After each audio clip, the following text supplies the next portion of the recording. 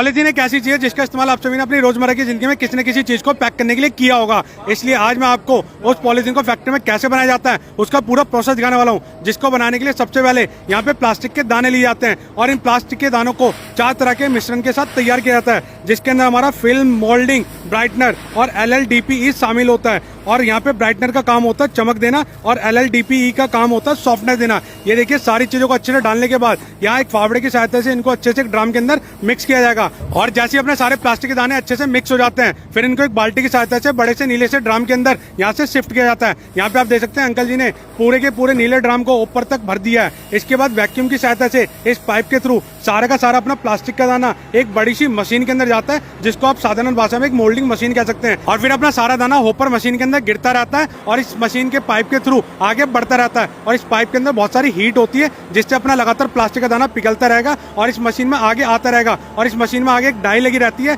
जहां से पॉलीथीन का शेप लेता रहता है और देखने में बिल्कुल आपको ऐसा लगे जैसे पानी का गुब्बारा बन चुका है, क्योंकि इसके चारों तरफ पानी पड़ता रहता है जो इस प्लास्टिक को लगातार यहाँ पे ठंडा भी करता रहता है। यहाँ पे आप देख सकते हैं इस मशीन के अंदर एक कुएं जैसा आपको गहराई दिखाई दे रही होगी, जिस कुएं की गहराई से ये प्लास्टिक नीचे जाती रहती है और पानी के साथ अच्छे से मिक्स होती रहती है और लगातार साथ ही साथ ठंडी भी होती रहती है। और जैसे जैसे पन्नी अपनी नीचे जाती रहती है आपस में चिपकती रहती है और ये एक पन्नी के अंदर ही 2 पन्नियां आपस में चिपक जाती हैं और फिर आगे चलकर ये अलग अलग हो जाती हैं। ये देखिए सारी पन्नी अपनी ठंडी होने के बाद यहाँ से आगे जाती रहती है और एक रोलर के अंदर कनेक्ट होती है, जहाँ से रोलर पे लगातार लिपटती रहती है। और एक बार में यहाँ पे कम से कम 40 से 50 किलो का रोल इकट्ठा किया जाता है और जैसे ही अपना पूरा रोल बनकर अच्छे से तैयार हो जाता है, इसको काट कर अलग कर लिया जाता है। ये देखिए अपनी सारी शीट आती जा रही है और इसके ऊपर चिपकती जा रही है। और देखिए पूरे का पूरा एक रोल बनने के बाद यहाँ पे भैया जी आ चुके हैं, जिसको बढ़िया सावधानी पूर्वक काटेंगे और इसको निकाल कर अलग रख लेंगे। और जैसे ही अपने यहाँ पे 30 से 40 रोल बनके तैयार हो जाते हैं, फिर इन रोल को अगले प्रोसेस में लेके जाया जाता है, जहाँ पे इनका प्रिंटिंग का प्रोसेस स्टार्ट होता है।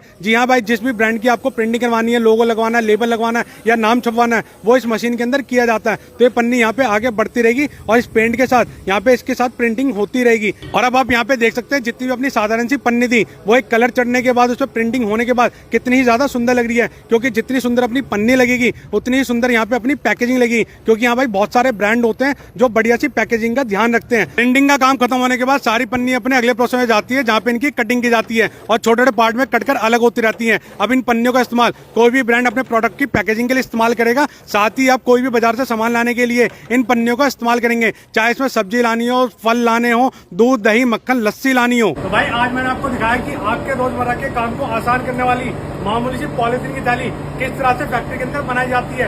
आई होप आपको प्रोसेस देख के बहुत मजा आया। अगर मजा आया तो इस वीडियो को लाइक करें, कमेंट करें, अपने दोस्तों शेयर करें। साथ ही ऐसी और वीडियो देखने के लिए हमारे चैनल को